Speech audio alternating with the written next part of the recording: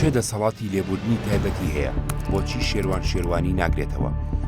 من چەند جارێک دادگایی کران بەڕاستی لە دوایەوە حکومەکەم سابت بوو، بەڵام بە لێبوردنی گشتی بە لێبوردنێکی تایبەت ئازاد کرام. سواسیانەکەم سواسی کاک مەسعودەکەم بە تایبەتی دەرەجەیەک کە ئەو پیاوە زۆر لەسەر خەت بوو، زۆر زەحمەتی کێشاوە.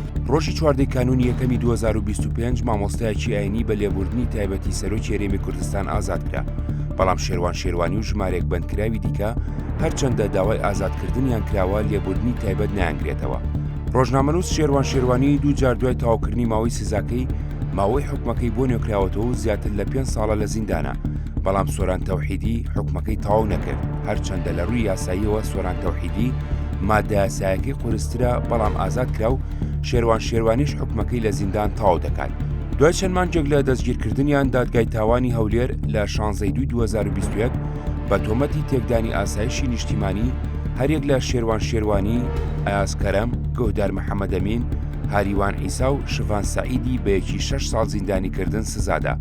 بارزان شێروانی برای شێروان لە لێدوانیشیدا بۆ سبەی ڕایگەیان پێشتر پارێزەرەکەی داوای کردبوو لێبوردنی تایبەت شێروان شێروانی بگرێتەوە، بەڵام بەم دواییە داوایان نەکردووە چونکە شێروان بە هۆکاری سیاسی گیراوە و پیان وتووە وازدەکاری ڕۆژنامەوانی بێنێت ئازادی دەکەن.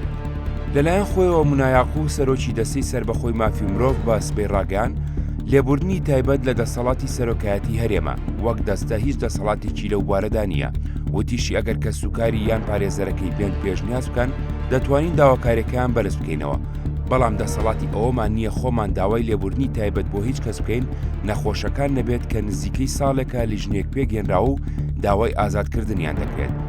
ڕۆژی سێشەممە 19 ئابی 2025 دادگای کەتنی منەسڵاوە سزای 4 ساڵ و 5 مانگ زیندانی بەسەر شێروان شێروانی ڕۆژنامەنووس و چالاکواندا سەپاند لە کاتێکدا دەبوو مانگی ئەیلولی 2023 ئازاد بکرێت. تیمی کوردستانی عێراقی CPT ئاژانسی نێودەوڵەتی و چەند پەرلەمانتارێک چاودێری پرۆسەی دادگایکردنەکەیان کردووە و تیمی CPT دەڵێت چەندین پێشێلکاری زەق و ئاشکرای لە پرۆسەی بەڕێوەچوونی دادگایەکە تۆمار کردووە، لەوانەش پارێزەرەکان مافی بینینی تەواوەتی پەڕاوەکانی لێکۆڵینەوە و پێشکەشکردنی پەڕاو و داواکاریان پێنەدرابوو. هەروە سکاڵاکار ڕەتی کردەوە کە هیچ هەڕەشێکی کردبێت و داوای هێنانی پێشکەشکردنی بەڵگەی ڤیدیۆیی کرد بۆ ئەمڕوو داوە. بە بیانووی ئەوەی کە لەم ڕۆژەدا کامێراکانی چاودێری ڤیدیۆکانی تۆمار نەکردووە، هیچ ڤیدیۆیەک وەکو بەڵگە پێشکەش بە دادگا نەکرا.